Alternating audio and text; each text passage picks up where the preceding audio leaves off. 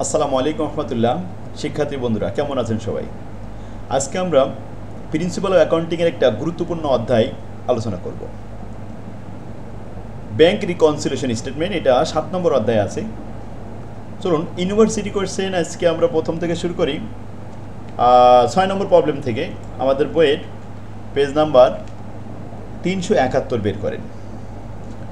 ধারাবাহিকভাবে প্রত্যেকটা অঙ্ক করে দিব, খুব সহজে আপনারা বুঝতে পারবেন। এটা 3 নম্বর ফরম্যাটে অঙ্ক,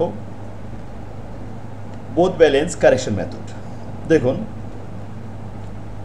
প্রবলেম 6 বলা আছে, on July 31, 2006 lorry company had the a cash balance per book of টাকা 6,815 টাকা 30 পয়সা।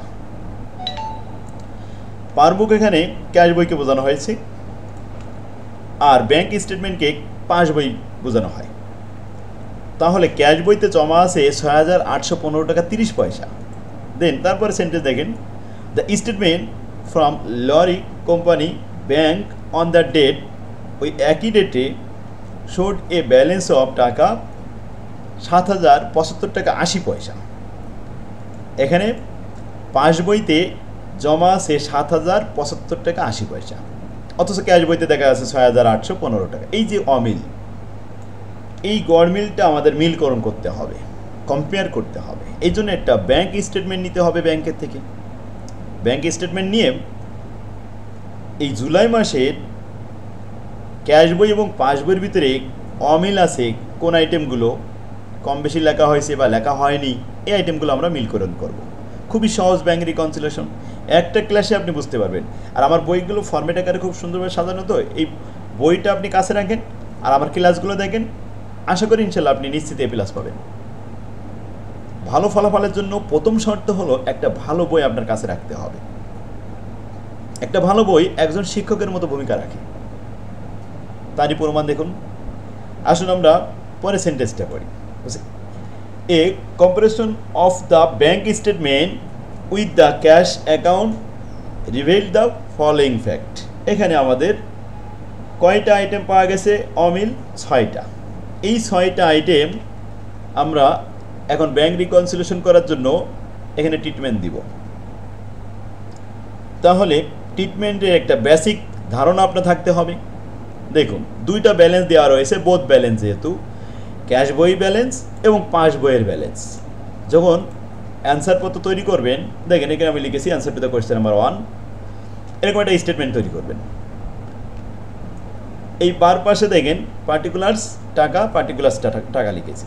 এক সাইডে লিখেছি bank balance as per bank statement, এটা পাস বইয়ের ব্যালেন্স। আরেক সাইডে লিখেছি আমরা bank statement bank balance as per cash বুক, ক্যাশ বইয়ের ব্যালেন্স। ক্যাশ বই আর পাস বই যে কোনো এক সাইডে লিখলেই হবে। তো প্রত্যেকটা বইয়ে আমরা এখানে অ্যাডের জন্য জায়গা রাখলাম, এটা প্লাস করব, আর লেস এটা মাইনাস করার জন্য জায়গা রাখলাম। ঠিক এই পাশে এরকম লিখলাম অ্যাড এবং লেস। এবার আসুন কোন আইটেমগুলো কোথায় যাবে। যে সমস্ত আইটেমগুলো একটা জায়গায় লিপিবদ্ধ হয়েছে আরেক জায়গায় লেখা হয়নি, সেইগুলো এখানে আসবে। আর দুই জায়গায় লেখা হলে তো আর আমাদের এখানে আসবে না, এটা তো আমাদের মাথায় রাখতে হবে। তো আসুন প্রথমে একটা কনসেপ্টটা ক্লিয়ার করি, যে সমস্ত আইটেমগুলো ব্যাংকে প্লাস করা হয়েছে ব্যাংক অ্যাকাউন্টে, ওই সমস্ত আইটেমগুলো ক্যাশ বইতেও কিন্তু প্লাস হবে। আর যে সমস্ত আইটেম ব্যাংক বইতে মানে পাস বইতে মাইনাস করা হয়েছে, সেগুলো ক্যাশ বইতে মাইনাস হবে। ঠিক সেমভাবে যদি আমি বলি, ক্যাশ বইতে যে সমস্ত আইটেমগুলো প্লাস করা হয়েছে ওটা পাস বইতেও প্লাস করার কথা। যদি না লেখা হয় তাহলে আমাদের দায়িত্ব প্লাস করে দিব। যে সমস্ত আইটেমগুলো ক্যাশ বইতে মাইনাস করা হয়েছে ওই আইটেমগুলো পাস বইতেও মাইনাস হওয়ার কথা। যদি ভুল করে না হয়ে থাকে তাহলে আমরা মাইনাস করে দিব। এই জন্য অ্যাড এবং লেস, প্লাস এবং মাইনাস লিখে রাখছি। এবার চলুন 1 নম্বর দেখি। The bank service charge for July was 25 taka. Bank service charge সর্বদাই ব্যাংকে মাইনাস করা হয় অ্যাকাউন্ট থেকে, গ্রাহকের অ্যাকাউন্ট থেকে সার্ভিস চার্জ মাইনাস করে দেয়, কেটে নেয়। তাহলে এই আইটেমটা অবশ্যই ক্যাশ বইতে মাইনাস হবে। তাই আইটেমটা এমনভাবে সেন্টেন্স শেষ করা হয়েছে, এরপরেও কিন্তু আরও কিছু কথা ছিল, যেটা but not record in cash বুক। কিন্তু এই ব্যাংক সার্ভিস চার্জটা ওই ক্যাশ বইতে লেখা হয়নি, এখন আমরা চলি ক্যাশ বইতে লিখে দিয়ে আসি। ক্যাশ বইতে আমরা মাইনাস করব, কারণ পাস বইতে মাইনাস করা হয়েছে। তাই ক্যাশ বইয়ের লেফট সাইডে প্রথম লিখলাম ব্যাংক সার্ভিস চার্জ 25 টাকা মাইনাস, ওকে, ব্র্যাকেট দিয়ে রাখছি। বুঝতে পারছেন? আশা করি সবাই ক্লিয়ার। তাহলে 2 নম্বর সেন্টেন্স পড়ি। এরকম 6টা আইটেম পড়তে মাত্র 6 মিনিট সময় লাগবে। 6 মিনিটে আপনি 10 মার্ক পেয়ে যাবেন। এটা আহামরি কোনো কঠিন না, কারণ স্যারেদের কারণেই কিন্তু অঙ্ক কঠিন হয়, আর স্যারেদের কারণেই কিন্তু অঙ্ক সহজ হয়। তাই একজন শিক্ষক যদি সহজভাবে বোঝাতে পারে তাহলে ছাত্রদের কাছে অঙ্ক খুবই সহজ হয়ে যাবে। আমরা বিগত ক্লাসগুলো দেখবেন, আর এখন দেখেন সবগুলো খুব সুন্দরভাবে আমি উপস্থাপন করেছি মাস্টার্স ফাইনাল ইয়ার পর্যন্ত। আপনি আমার এই চ্যানেলে সাবস্ক্রাইব করে রাখেন, ফাইনাল ইয়ার পর্যন্ত সমস্ত ক্লাসগুলো পাবেন, আমার লেখা বইগুলো সংগ্রহ করবেন। আশা করি অনার্স মাস্টার্সে আপনি অনেক ভালো রেজাল্ট করতে পারবেন কোনো টেনশন ছাড়াই। ফরম্যাট আকারে আমি বই লিখি, আমার বইগুলো গতানুগতিক কোনো হাবিজাবি বই না, অনেক সুন্দর লেখা বই। দেখুন 2 নম্বরে, the bank collected a note receivable. Bank note receivable প্রাপ্য নোট আদায় করেছে মক্কেলের হয়ে, সরাসরি ব্যাংকে জমা হয়েছে 1200 টাকা। For lorry company on July 15 plus 48 টাকা ইন্টারেস্ট। ওই নোট রিসিভেবলের উপরে সুদ হয়েছিল, ইন্টারেস্ট হয়েছে আবার 48 টাকা, সেটাও আদায় হয়েছে। তাহলে মোট ব্যাংকে জমা হয়েছে 1248 টাকা। কিন্তু এটা ক্যাশ বইতে লেখা হয়নি, আমরা ক্যাশ বইতে প্লাস করে দিব, যেহেতু ওইখানে প্লাস হয়েছে। সেন্টেন্সটা আরেকটা অংশ আছে, the bank made a taka 10 charge for the collection. Bank collection fee কেটে নিয়েছে, মানে ওই যে আদায় খরচটা, কারণ ব্যাংক আদায় করেছে তার জন্য একটা চার্জ কাটবে। তো ব্যাংক কয় টাকা কালেকশন ফি আদায় করেছে, কেটে নিয়েছে 10 টাকা। এই 10 টাকা ব্যাংক মাইনাস করেছে, তাহলে আমাদের করণীয় ক্যাশ বইতে আমরা মাইনাস করে দেব, ব্যাস, আর কোনো কাজ নেই। তাহলে 2 নম্বর এন্ট্রিটা আমরা পড়লাম। এবার চলেন ক্যাশ বইতে আমরা প্লাস করব 2টা আইটেম আর মাইনাস করব একটা আইটেম। প্রথমে প্লাসের পাশে আসি, কালেকশন নোট রিসিভেবল 1200 টাকা প্লাস করলাম। এরপরে কালেকশন ইন্টারেস্ট রেভিনিউ 48 টাকা প্লাস করলাম, আর মাইনাস করলাম কালেকশন ফি 10 টাকা মাইনাস করলাম, ব্যাস, ওকে। ক্লিয়ার তো সবাই?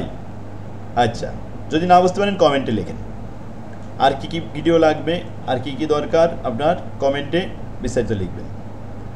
অথবা যে স্ক্রিন নাম্বারটি দেখতে পাচ্ছেন এই নম্বরে সরাসরি আমার সাথে যোগাযোগ করবেন। এই নম্বরে হোয়াটসঅ্যাপ চালু আছে, মেসেজ করলেও হবে, সরাসরি ফোন দিলেও হবে।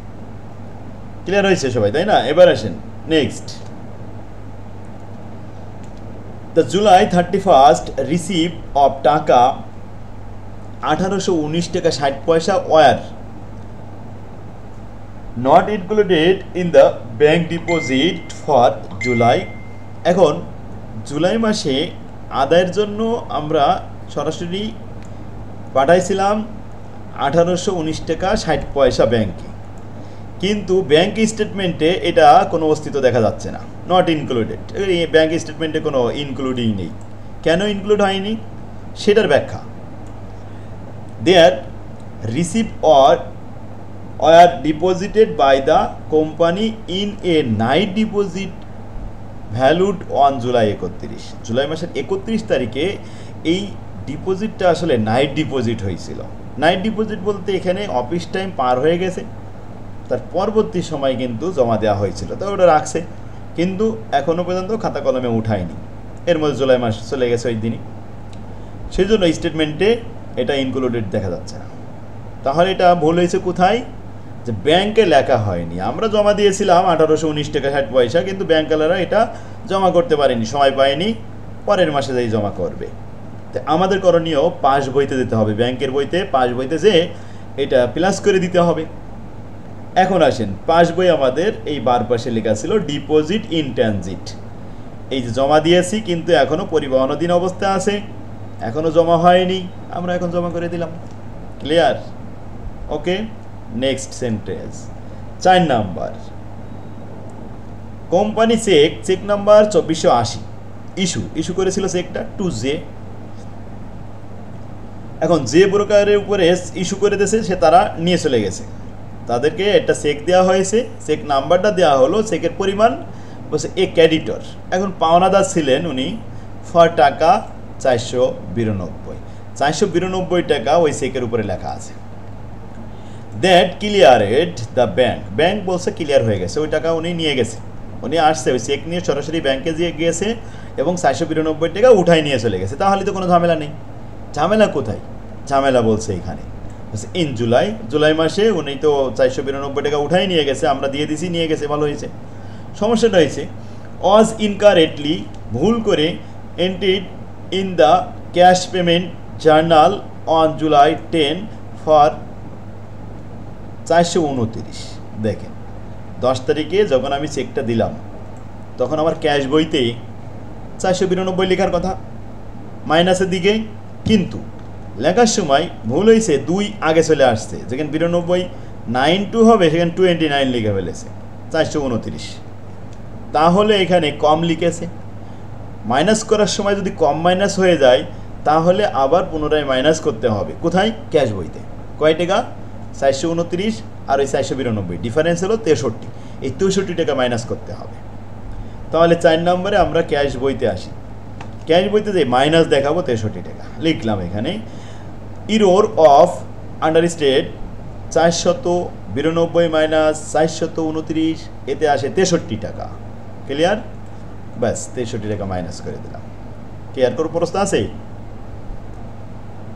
আন্ডার স্টেট হয়েছে বলে আমরা মাইনাস করেছি, যদি ওভার স্টেট হতো তাহলে আবার এটা প্লাস করতাম, যে আমরা মাইনাস করার সময় একটু বেশি মাইনাস করে ফেলেছি, যদি এরকম হয় তাহলে প্লাস করে নিলে আবার ঠিক হয়ে যাবে। 5 নম্বরে আসেন, চেক আউটস্ট্যান্ডিং, বাইরে একজন পাওনাদারকে আমরা চেক দিয়েছি অন জুলাই 31, জুলাই মাসের 31 তারিখে, টোটালিং টাকা 1480 টাকা 10 পয়সা। দেখেন জুলাই মাসের 31 তারিখে আমরা চেক দিয়েছি, but not include in bank statement, কিন্তু এটা ব্যাঙ্ক স্টেটমেন্টে ইনক্লুড হয়নি। But not present in time, সময় মতো তারা পৌঁছায়নি, তার আগেই তো মাস শেষ হয়ে গেছে। তাহলে আমাদের এখন করণীয় কি? ব্যাংকের থেকে মাইনাস করতে হবে। কেন মাইনাস করতে হবে? কারণ আমরা ইস্যু করে দিয়েছি, চেকটা সই করে দিয়েছি, তারা নিয়ে গেছে, টাকাটা তাদের, এখন এই টাকাটা আমাদের ব্যাংকে থাকতে পারবে না, তাদেরকে দিলে বাস আমাদের ক্যাশ বই আর ব্যাংক বই মিলে যাবে। তো আমরা মাইনাসে করলাম এই যে আউটস্ট্যান্ডিং চেক 1480 টাকা 10 পয়সা, এখনও তারা যায়নি, যে কোনো সময় তাদের টাকা তারা উঠায় নিয়ে যাবে। 6 নম্বরে চলে আসেন, on July 31 the bank statement showed on NSF charge of 550 taka. NSF মানে non sufficient of fund. Non sufficient of fund কি? পর্যাপ্ত পরিমাণে টাকা না থাকায় চেকটা রিটার্ন চলে গেল। একজন দেনাদার আপনাকে চেক দিয়েছিল আর আপনি সেই টাকা, চেকটা ভাঙানোর জন্য ব্যাংকে পাঠাইছিলেন, কিন্তু চেকের উপরে যে পরিমাণ টাকা লেখা সেই পরিমাণ টাকা ওই লোকের অ্যাকাউন্টে নেই। ওই লোকের চেকের সব ক্লিয়ার আছে, বৈধতা আছে, চেকের সইটই সব ডেট সব ঠিক আছে, কিন্তু টাকার পরিমাণ কম থাকায় ব্যাংকওয়ালারা ট্রান্সফার করতে পারছে না। কারণ চেকের উপরে লেখা 550, যদি তার ওখানে 500 টাকা থাকে, এই 50 টাকা কম, এই জন্য ট্রান্সফার করতে পারেনি। অনেক চেষ্টা করার পরে কী করলো ব্যাংক? এনএসএফ লিখে, সিটকোড লিখে ট্রান্সফার করলো, মানে রিটার্ন পাঠালো। কোথায় রিটার্ন পাঠালো? আপনার কাছে রিটার্ন পাঠালো, যে এই চেকে পর্যাপ্ত পরিমাণ টাকা নেই, সুতরাং এটা ভাঙানো সম্ভব হচ্ছে না। এখন আপনি কি করবেন? আপনি দেনাদারকে ধরবেন, যে তুমি যে চেক দিছিলে সেই চেকে ওই পরিমাণ টাকা নেই, তুমি ব্যাংকে টাকা জমা দাও, তাহলে আমি এটা উঠে নিতে পারবো। যাক, এখন আমাদের করণীয় কি? এনএসএফ থাকলে আমাদের মাইনাস করতে হয় ক্যাশ বইতে। কেন? কারণ যখন আমরা টাকা আদায়ের জন্য ব্যাংকে জমা দিয়েছিলাম তখন কিন্তু ক্যাশ বইতে প্লাস করেছিলাম, আর সেটা যখন রিটার্ন আসছে তখন আবার আমরা ক্যাশ বইতে কী করবো? এটা ওই পরিমাণ টাকা মাইনাস করব। Clear? For a check receive by the company from R company, R এর কাছ থেকে ওটা নিছিল, তাই আর হচ্ছে আমাদের দেনাদার। যাক, এটা মাথায় রাখবেন যে এনএসএফ থাকলে সেইটা কী করতে হয়? ক্যাশ বইতে মাইনাস দেখাতে হয়। তো আমরা উত্তরপত্রে আসি, এনএসএফ চেক ক্যাশ বইতে মাইনাস 550 টাকা। 6টা আইটেম ক্লিয়ার আর নেই। আমাদের বলছে prepare bank reconciliation statement 31 July 2000। এই ক্লিয়ার হয়ে গেছে। এখন আমরা যোগ বিয়োগ করি, উভয় পাশ মিলে যাবে। প্রথমে আমরা পাস বইতে আসলাম, এখানে দেখলাম পাস বইয়ের ব্যালেন্স ছিল ৭,০৭৫ টাকা ৮০ পয়সা, আর তার সাথে প্লাস হয়েছে ১৮১৯ টাকা ৬০ পয়সা, আর মাইনাস এই ব্র্যাকেট একবারে মাইনাস করে দিলাম প্লাস আর শো না করে, মাইনাস ১৪৮০ টাকা ১০ পয়সা। এখন প্লাস মাইনাস করার পরে ফলাফল আসছে আমাদের ৭,৪১৫ টাকা ৩০ পয়সা। ক্যালকুলেটর ধরেন, দেখেন আসে কিনা। আরেক সাইডে আসেন, এখানে আমাদের ক্যাশের ব্যালেন্স ছিল আর দুইটা প্লাস ছিল, দুটো প্লাস করার পরে একটা প্লাস ফিগার দেখাইছি, এখান থেকে 4টা মাইনাস আছে, 4টা মাইনাস করার পরে আমাদের একটা ব্যালেন্সিং আসছে, এই ব্যালেন্সটা আসছে ৭,৪১৫ টাকা ৩০ পয়সা। এখন উভয় সাইড মিলে গেছে, বোথ সাইড আর কারেকশন মেথড, বাস উভয় সাইড কারেকশন হয়ে গেছে। ক্লিয়ার? এই তো অঙ্ক। ব্যাংক রিকনসিলিয়েশন অনেক ইজি, আমি অনেকগুলো ক্লাস দিয়েছি, পুরানো দেখবেন যে আরও ৫-৭ বছর আগের ক্লাস আছে, সেগুলো দেখবেন, সব এভাবে গুছাই দেওয়া আছে। আলহামদুলিল্লাহ, যারা ব্যাংক রিকনসিলিয়েশন নিয়ে চিন্তা করেন বা প্রিন্সিপাল অফ অ্যাকাউন্টিং নিয়ে টেনশন করেন, সবাইকে গ্যারান্টি সহকারে A+ পাবেন আপনারা ইনশাল্লাহ। কারণ আমি যে কয়টা অধ্যায় দেখা দেবো, প্রত্যেকটা অধ্যায় নিয়ম অনুযায়ী করলে যে অঙ্কই আসুক, যত জটিল প্রশ্নে আসুক না কেন, নিয়মের বাইরে কখনো আসবে না। এই নিয়মটাই শিখতে হবে আপনার ভালো রেজাল্ট করতে হলে। 2-5টা বোর্ড প্রশ্ন মুখস্থ করে দেওয়া যাবে না, তাহলে এটা গলতকরণ করা হয়। যদি প্রশ্ন কমান না আসে, গতবার কিন্তু জটিল প্রশ্ন আসছিল, যারা আমাদের সাথে ক্লাস করছিল নিয়ম সে ফরম্যাট অনুযায়ী করছে, অনেক ভালো করছে, আপনারাও করবেন ইনশাল্লাহ। দেখুন, এখন দ্বিতীয় রিকোয়ারমেন্ট বসে prepare the necessary journal entry. Journal entry করতে হবে। জার্নাল করতে হয় সব সময় ক্যাশ বুকের আইটেমগুলো, ক্যাশ বইতে প্লাস আর মাইনাস যে আইটেমগুলো হয়েছে এইগুলোই জাবেদা করতে। পাস বইতে ব্যাংক স্টেটমেন্টে কী হয়েছে এগুলো দেখতে হবে না জার্নালের সময়। তাহলে আসেন, প্লাস হয়েছে কয়টা? 2টা। যেগুলো প্লাস হবে সেগুলো ক্যাশ ডেবিট আর সংশ্লিষ্ট আইটেম ক্রেডিট। যেমন এখানে ক্যাশ ডেবিট হয়েছে ১২০০ টাকা, কোথা থেকে আসছে? নোট রিসিভেবল, তাহলে নোট রিসিভেবল ক্রেডিট। এই দেখেন জাবেদার ভাষা, cash debit note receivable credit. আরেকটা আসছে ৪৮ টাকা, ক্যাশ ডেবিট আর ক্রেডিট হবে ইন্টারেস্ট রেভিনিউ ক্রেডিট। এই দেখেন সেই ৪৮ টাকা, আলাদা করে দিতে পারেন। ক্লিয়ার? এবার আসেন ক্যাশ মাইনাস, এই মাইনাস আছে 4টা, যেগুলো মাইনাস হবে ক্যাশ ক্রেডিট লিখতে হবে, আর ডেবিট কি লিখবেন? এর যে স্পেসিফিক মানগুলো আছে এই নামগুলো লিখতে হবে। যেমন এটা যদি আমি ক্যাশ ক্রেডিট করি, কিসের জন্য? ব্যাংক চার্জের জন্য, তাহলে bank charge debit, cash credit. তারপরে এটা দেখেন 10 টাকা কালেকশন ফি, কালেকশন ফি ডেবিট, ক্যাশ ক্রেডিট। এরপরে ইউরোর অফ আন্ডার স্টেট, এই যে পাওনাদারকে দেওয়ার সময় লেখার সময় আমরা কম মূল্যে লিখেছিলাম, লেনদেনটা কার সাথে ছিল? পাওনাদারের সাথে, অ্যাকাউন্ট পেবেলের সাথে। তো এখন যাবে তা হবে account payable debit, cash credit 63 টাকা। এরপরে নন সাফিসিয়েন্ট অফ ফান্ড, এটা কার সাথে লেনদেন? দেনাদারের সাথে, অ্যাকাউন্ট রিসিভেবলের সাথে। তাই জাবেদার ভাষা লিখবেন অ্যাকাউন্ট রিসিভেবল ডেবিট আর ক্যাশ ক্রেডিট। ক্লিয়ার? সবাই বুঝতে পারছে? এই তো প্রত্যেকটা আইটেম এভাবে যদি আপনি করেন, এখান থেকে 4 থেকে 5টা ক্লাস করলে আপনি পুরো অধ্যায়টাই কমপ্লিট করতে পারবেন। হ্যাঁ, পরবর্তীতে আমরা নেক্সট অঙ্কটা করবো ইনশাল্লাহ। ওমা তৌফিকুল্লাহ বিল্লাহ। আসসালামু আলাইকুম।